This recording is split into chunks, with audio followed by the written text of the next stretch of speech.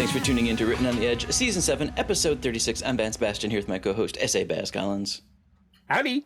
And we're really glad you're here with us. Today's show is a bit of a Labor Day special. It's going to be slightly shorter. Our guest had a family emergency, so we're just going to do a little bit of how the show's doing, a little bit of a review of the movie Firebird, share who won our week, and then let you go enjoy your holidays. So, Baz, how you doing? I'm doing, but obviously I don't know what I'm doing. For those who won't see the beginning part of it, I actually launched into our we launched into our the review portion of our show, and Vance is like, I haven't done the opening yet. Like, do you want to say hi to people first? Whoops. So just to share where we are headed, I know we've talked a bit about updates to our merchandise. The other thing that we've been mentioning a lot lately is YouTube, and it is slowly growing click by click by click, but we're getting there, and we have a lot of stuff out there for you to watch now. So be prepared for that to sort of be the vehicle in the future that we focus more on. And even our Patreon people, if you're interested in supporting us on Patreon, we're putting up new stuff, and we're going to put up exclusive stuff that's only up there. So correct, and you can only get to those links through your Patreon account. Yeah, exactly. So that's what we're looking at as we come up on our anniversary of this show's starting. Scary, isn't it? So, I just want to say one quick thing about how Vance and I and Jane, for those who haven't been with us since the audio portion of it, which, by the way, all of our previous shows, we eventually will release. I just want to say that, when we first started this whole venture back in 2015. Yeah. Right. We really didn't know what we were doing. It's done. Oh my God! Oh my God! Is it broken? No. Ready? Yeah. Entirely, we were feeling out how we were going to do it, what our coverage in the queer media spectrum was going to be. At first, it was all about male-male romance, because that was the big thing way back in the black and white years, pre-COVID. And we then realized we wanted to be much broader, so then we started expanding on it. And so we have this whole series of weekly episodes. People need to understand this. That's 52 episodes a year. And we've been doing it since 2015, so you do the math because I suck at it. Anyways, we have a lot of episodes up there on our website, ropepodcast.com. So 389. If you want to go back and check out a lot of really great authors and queer media artists who we've had prior to this, I highly recommend you do it. There are a number of phenomenal writers and musicians and screenplay writers. We've had digital artists. Digital artists, real painters. We had a real painter on, Benjamin Lester. I'm looking at you. Benjamin. Yeah, Benjamin. Sorry. Thank you. I forgot about that. But so we have some really amazing folks out there who have done some wonderful stuff across all mediums with queer perspective on the work. So definitely check those out. Eventually, I will be posting them up onto our site, our channel here on YouTube, so people can actually listen to them while they're going around. There won't be much video to it, but it will be the audio podcast available on YouTube. So that's something I'm working on behind the scenes. Secondly, I wanted to make a comment that, did you have something to add to that? I did, just dovetailing on that. If you are looking for something new to watch or read or anything, our website, every episode is tagged with the genre and type of art that our artist has brought to us. So please use our website as a resource for finding new things. If you're looking for, I'm just going to pull this out of the sky here, but perhaps a trans biker bounty hunter, we got that. Yeah, we've got you covered.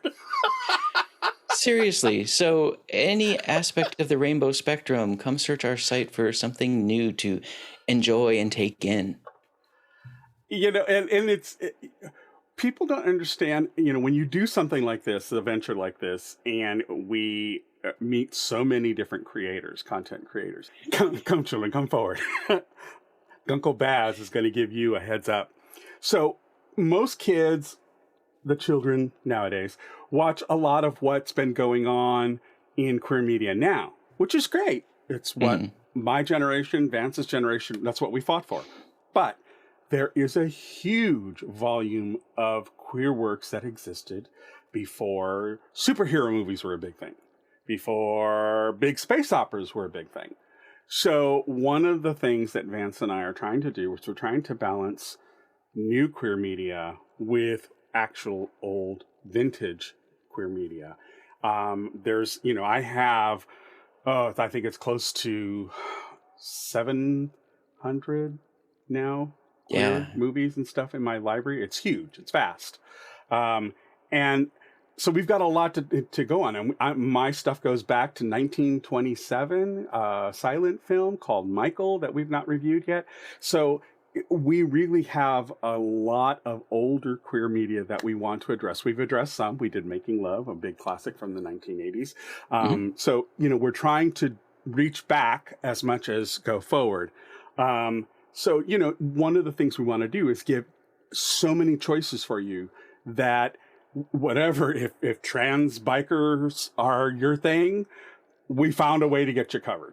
So definitely realize that what we're offering to the community, be it the queer community or our allies at large, that it's something that we're trying to offer that gives people the broadest spectrum of what's available out there. That is our goal. That is our mission.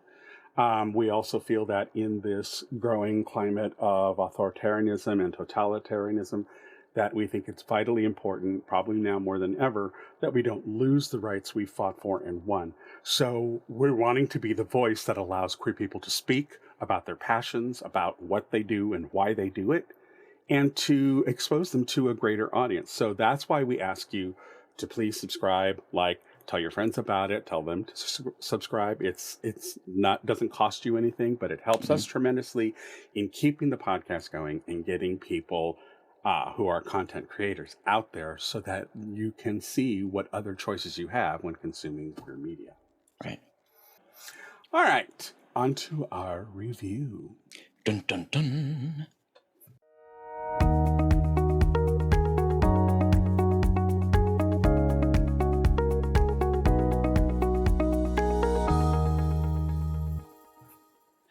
Welcome, gals, gays, and theys. To this week, we have a review of a movie that came out last year during the tail end of the COVID stuff that was going on.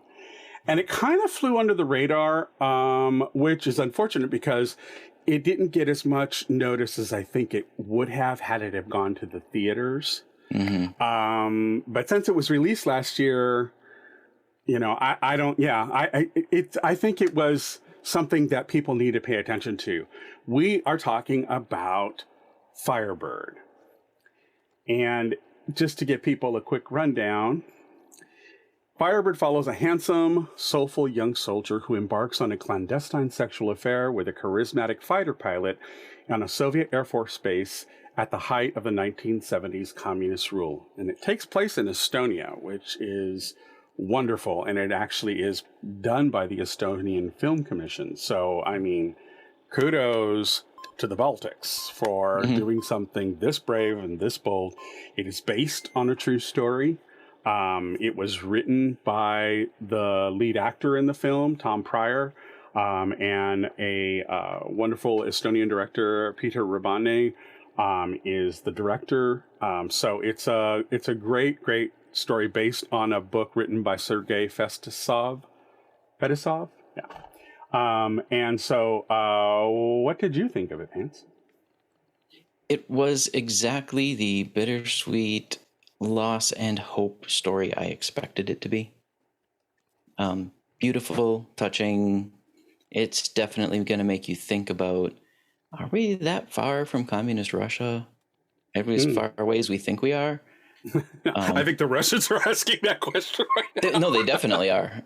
They definitely are. And at the same time, it's a story about, like I said, love and hope. And I don't want to keep using the word bittersweet, but that's what kept hitting me. So yeah, it is. No, it is. I loved it. It was but touching. then again, it's on brand for Russian shit. Nobody does melancholia like Russia. Mhm. They did not invent it, but boy, they knew how to package it and put it out to the media. So it falls in line with, if you're thinking, oh, how great could a gay love story be in communist Russia? Well, you've got your answer right in that question. Mhm. But it is gorgeously photographed. It is beautifully directed, in my opinion. Mhm. I thought there wasn't a wasted moment of film. The movie moves along at a very good clip. You know who the players are quite early on and where they stand. There is a couple of surprises along the way, but I thought the tension in the film was spot on. I'm kind of like a little miffed though at a couple of the reviews from critics on it, and I was kind of bummed that some of them just dismissed it out of turn because it was, a gay romance film, and I'm like, really? Are we going to go there in this day and age? So I don't know. I'm a little bummed that there were some that, I mean, here's the disparity on Rotten Tomatoes. The 49 reviews that are out there give it a 55%, which is definitely a Rotten Tomato at this point. But the audience score is 82%. Right. So, it's like some of these film critics, they'll just disparage a film, and sometimes I even wonder if they even saw the fucking thing. Do you know what I mean? I do. It's just like, they'll give, and especially when some of them are so dismissive, they only do it in one sentence. It's like, bitch, you never bought a ticket. Shut up. Have a seat. So I don't know. The critics' consensus is Firebird's intentions are admirable, but they are largely thwarted by a frustratingly muted approach to the central love story. What the hell did you expect? It's fucking communist Russia. Mhm. Yeah, I'm like, do you not even understand the subject matter here? Yeah. That aside, I will say the actors did an amazing job. The subtle nuances of Big Brother communism constantly over your shoulder is prevalent throughout the film. Mhm. No matter what character is on screen, they all know they are being watched. Right. So it does a brilliant job of even heightening what it would be to be queer in that space and how thoroughly it is walking on a tightrope with your life. And so I think that's one of the things that this did very well. I was telling Vance in the pre-show that it's kind of interesting that the trio of the love triangle, Tom is a UK actor. He's openly gay. He wrote the screenplay, and he is from Britain. Oleg Zagorodny is a Ukrainian actor. So bravo to him. Slava Ukraine. We're all about Ukraine. And the woman who plays the sort of part of the love triangle that she actually is attracted to both men that are in this love story. She is from Russia. And I can't say her last name, so Vance, you say what her name is. Bozherskaya? Yeah. Diana Bozherskaya. Okay. Vance is part Russian, so I let him handle this really tough shit. Although it's funny, in my opera training, I had to learn Eugene Onegin's Lenski's aria, and my voice teacher had me do it in Russian. So in a pinch, I could do it. I'm just not very good at it. In fact, I used to have a Russian coworker, and I had her help me with my pronunciation. And sometimes she would just look at me, and then I see this little smile creep across her lips, and I'm like, "Oh, I fucked that one up again." Nice. I love how Russians have that very, very sly sense of humor. They love to needle things. Anyways, I'm getting off track here. You are. So, back to Firebird. I thought one of the things I loved about it also was that the way that they used the Firebird ballet as a metaphor for some of the things that were going on in the movie. I think Tom Pryor did a remarkable job with the director, who was also the screenplay writer. They did a great job on Fedosov's story and bringing it to life. I think it had all the nuances and you feel, at least I did, you feel the threat constantly over their shoulders. That's the one thing they nailed to the wall, was the emotional risk that was going on in this movie. So, and I loved the music. I loved, so it was great. I mean, do you have any final thoughts or additional things about it? I recognized that I had a cultural expectation because of something that happened in the film. At one point, Sergei's in Hamlet. And so I immediately started reparsing the movie, looking for like threads that, is this following a Hamlet story? It wasn't, not in any way. It's much closer to the Firebird opera, like Baz said. But because it was dropped in, we are now trained to say, oh, haha, someone took an ancient story and reworked it. Yeah. Nope. That's not the case. That is not the case here. Yeah. The Shakespeare reference is strictly because he wants to become an actor. So that was it. It is, but although I do think them choosing that line in this context, to be or not to be, has a very big significance in the story. It does. Different than Shakespeare's, but yes. Although no less dangerous. Oh yeah, no, agreed. Ratings? Yeah, you go first. Production quality 5. It is beautiful. See it. Screenplay 4. Also very beautiful. Unlike you, I did think a couple parts were slow moving. On purpose. I think it was intentionally to build in emotion one way or the other. Sound, lighting, score 4. I think it all fit perfectly, beautifully. Art, direction, costuming also 4. I mean, it's communist Russia. There's not a lot you can do with costumes. Yeah. Although, can I say, could they find him a better wig when his hair starts to grow out? I'm like, at least comb the fucker. That was the only thing that irritated me through the whole film. Like, oh my God, really? You think that's 70s? What the hell? Did you not look at Farrah Fawcett? In the lead up to pre-production, let the actor grow his hair out and film those scenes first, and then give him a haircut. I know. Yeah, you could have done those scenes first, cut his hair, and then put him in the... Okay, anyways, go ahead. I'm sorry. That's all right. Where am I? Casting, 5. Directing, 5. Queer themes presented, 4. It was pretty focused on specifically gay males in communist Russia, so there wasn't a lot of other stuff to bring that score back up. Which I would have to say in the 70s, they probably took Queen Victoria's position on it that lesbianism doesn't exist. Oh, I'm sure. 100%. It's all male focused, But that gives me a solid rating of 4.5. Mine are all 5s across the board, with the exception of the screenplay, and I agree with you on some of the points on that.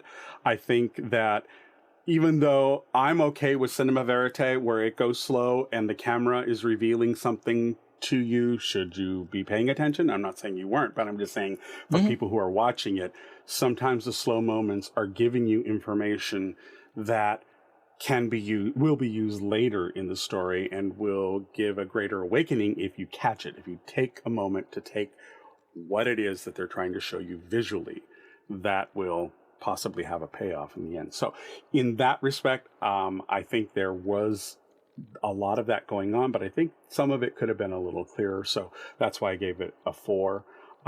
Otherwise, yeah, it's 5s across the board. And I think that it's an important film. One for historical situation, that queer people understand, what it was like. And you're also talking about in an era where, no internet, there was no Googling, you can't, but yet the constant surveillance was no less oppressive. Right. So, that's my rating on it. Definitely go see it. It is a wonderful, wonderful, I think it's available on Prime Video here in the States. To rent, yeah. To rent, $5.99 to rent, but it's definitely worth it. It is a beautiful looking film. If anything, the eye candy for the feast for the eyes is really, really wonderful. And I'm not saying that just because you get 2 male bodies doing their thing. But it's just gorgeous. The coloring, the color spectrum that they use, the lookup tables that they were applied to get this, kind of a rich tone out of muted colors. That just floored me. I thought the photography was absolutely beautiful. They knew what they were doing. Yeah, definitely. So that's it for this week. Moving on to what are we on about? Dun, dun, dun, dun. And wipe.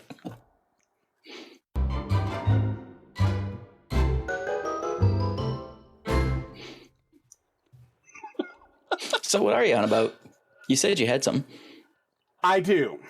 Mine's a little tiny bit long, so let's have you go first, because mine actually is tied to my Who Won the Week, so I kind of want to connect them. Mine's irrelevant. I had a whole week of admin work, so I got nothing. Which is fine. It was necessary, but it's not exciting. So Vance is all about... I'm tapping on keys. For those who are only listening. Mm-hmm. Anyways, mine is... I'm bringing up my notes because Baz doesn't have his shit together. So here's mine is kind of combined. I told people in the last episode about a YouTuber called Tunde, who is actually on a mission to dispel social media myths and catfishers and all that kind of stuff. And I really liked what he's doing. I've watched several of his videos. It got me to thinking. I think people in this day and age, and the children are probably the biggest promulgator of this, but I think people give social media far too much credit. In that, I don't care how popular you are on social media. I don't care if you're Beyonce and have 300 million followers, or you're Peter McKinnon who has 500 million followers. Do the math, people. We have over 6 billion people on the planet. 500 million? Not even a full percentage point. So it's like, think about it. Think about when these people say they have so much sway, they're an influencer. If you got 100,000 people following you, good on you. You did the work. Bravo. But let's not make it bigger than it is. 90% of the population don't know who the fuck you are. So keep it in perspective. And I think that's one of the things I like about this guy, Tunde, is that he really is breaking down the celebrity surrounding it. And I get the irony that we are on a social media platform talking about this, but I think that's one of the reasons it keeps Vance and I grounded, because we realize we're doing a service here. This is a labor of love. Mm-hmm. This is something that we want to get out there because we feel it is very important. It's a passion of ours. However, when I look at other metrics for other channels, I'd like to have some more of that, but I only want more of it. I only want the following so I can do more of what it is that we're passionate about and not have to be worrying, can I pay the subscription for this month? Can I do, there are costs that are involved with this show, which is why we did the line of clothing. We're coming up with other ideas for monetization. So it's just, we want to be able to carry this thing forward. Vance and I would like to make this a full-time thing with a broad media empire over the years that will actually grow and involve more people, that will give us more content. And Vance is crying because that just means more accounting for him. So, but anyways, I just kind of want to put it out there. When you're looking at social media, there is a study that was recently done, and I'll put the link down in the show notes, that said they took a group of people, had them turn in their phones, and were off social media. They were given burner phones so people could call them during the time that they were in this study. They were not smartphones, so they couldn't put apps on it. And that was their only means of contact for 1 month. And then they went back and talked to these people and found out what was it like. They were universally happier.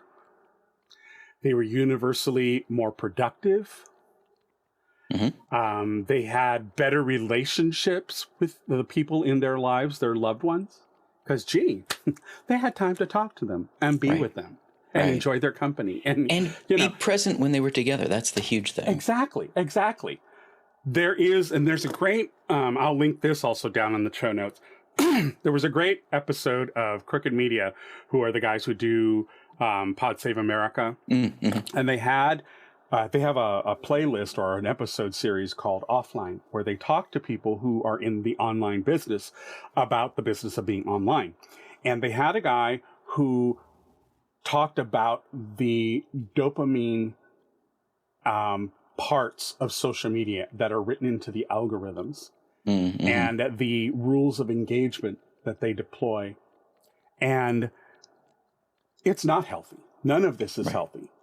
You know, Vance and I have, to a great degree, withdrawn from social media. And this is primarily our only connection to it, is to do this and grow the channel so we can get more queer people out there to tell us what they're doing and why they're doing it. Again, it's to the mission, you know. So, but, you know, Vance and I have had far less stress in our lives from a social media aspect because we just refuse to engage. Right. And something that my husband also taught me was that the less you give for free, the less less those entities and those people have anything to hold over you.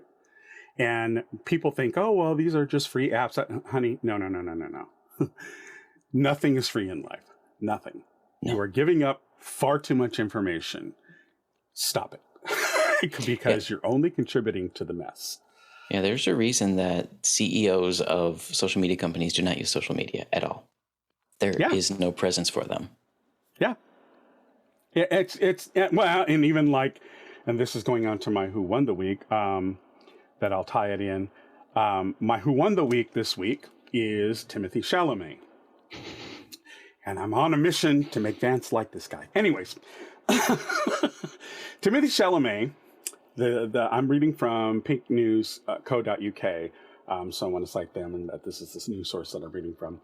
Timothée Chalamet says that social media makes it tough to be alive, quote unquote. Societal collapse is in the air. And he goes on to say that he was specifically describing his character in a movie that is coming out now called Bones and All. But it's about a cannibal who lived in the 80s. But compared to living then as to living now, to be young now, this is his quote, to be young now and to be young whenever, I can only speak for my generation, is to be intensely judged, Chalamet said. I can't imagine what it is to grow up without the onslaught of social media, and it was a relief to play characters who are wrestling with internal dilemma, absent the ability to go on Reddit, Twitter, Instagram, or TikTok and figure out where they fit in. Timothée Chalamet was at the Venice International Film Festival when he was talking about this stuff. The actor, known for his roles in Little Women, Lady Bird, and Dune, added, without casting judgment on that, you can find your tribe there, but I think it's tough to be alive now. I think societal collapse is in the air, or it smells like it. And without being pretentious, that's why hopefully movies matter, because that's the role of an artist, to shine light on what's going on. He doesn't really use social media very much. He uses it coyingly, like people noticed that recently because the movie coming out, Bones and All, he started just tweeting phrases like soft bones. Then another one was crunchy bones, and then bony bones, and then boner bones. Yeah, he went there. And he's, he doesn't really do a lot of social media stuff. And that's probably what keeps him so grounded as a human being, because he doesn't allow himself that toxicity. And I think people, when they're involved on Twitter and the stuff, Vance and I only post to Twitter when we're talking about the show, again, because it's the mission. But other than that, I really don't engage much. And I have to tell you, it's been lovely not having to deal with that mess. My relationships with the people in my life are much stronger. I feel happier. I mean, yeah, there's still daily life stress that we all go through, but why compound it with doom scrolling? I mean, you have to understand, these algorithms do nothing to bring you prosperity and happiness. You think because you're watching cat videos of cats being stupid, that you think that's giving you a fix, but then it's followed up by 9 times more of the doom stuff to get to that. So you need to understand how these algorithms work and just, I'm sad to say it. Nancy Reagan had it right. Just say no. And that's the only time you can use that phrase. I was going to say. Who would have thought I'd ever agree with that bitch? Anyways. So that's who won my week. Who won your week? The Office of Science and Technology Policy at the White House. Okay. I'll go with that. I love watching you try to figure out what the hell I'm saying. I gave up years ago. The ruling from the White House came that scientific research, which is taxpayer supported, must be made to the American public at no cost. And they are specifically addressing the fact that people were using American taxpayer money to conduct studies and write papers, but then putting those behind expensive paywalls. And conceptually, the White House was like, no, I'm sorry. If taxpayer money went into it, it's available to taxpayers. End of story. Yeah, Made me very happy. People need to understand when you're dealing with the government, and I say this as an ex-government employee, you need to understand all of that shit belongs to the people. Yes. It's not, there's no personal ownership in anything that goes on with the government. You need to understand that, people.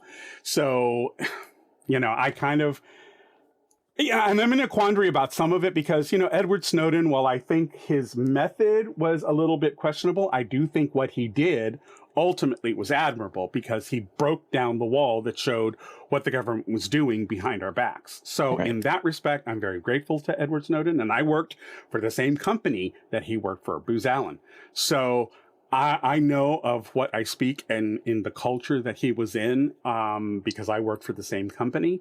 And I will say that, whether you like or hate him or despise him or praise him for what he did, personally, I think it was ultimately a good thing because it pulled back a curtain on the government and it forced them, many might argue saying it'll force them to go darker and deeper somewhere else.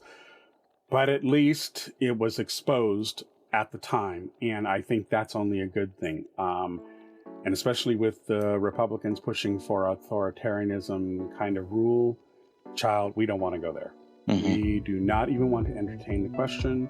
And luckily, all of the polls recently are showing a huge uptick for Democrats across the board down the ticket. So things are looking good, but that is no reason to be complacent. Children, make a plan. Check out your voting roll. Make sure you're on it. Make sure that you have yourself registered and you know where to vote. Because this time, even more than the last one, this time it really fucking matters. We have to secure the next 2 years so we can get everything done that we want to do. Judicial reform, Roe v. Wade, pay, equality. We need to do this kind of stuff. And the only way we're going to do it is if we keep the Senate and if we push to keep the House. We can get over those thresholds and get more seats, more Democratic seats or independent seats in their butts in the chairs, then we have a greater chance of getting those things accomplished. So don't lose sight of the ball. Don't lose sight of the game. Stay in it. Make a plan. And on that political service announcement, Written on the Edge is produced by Rogue Ravens Media. For disclaimers, links to social media, our listen stations, or to sign up as a guest, visit www.rotepodcast.com. If you enjoy learning about new artists, please like and subscribe so you get the alerts for new episodes. Thank you for being with us on this wonderful holiday. Thank you for being with us for over 7 years. You are amazing and we love you. Tune in next week for your Queer Media Fix. Bye!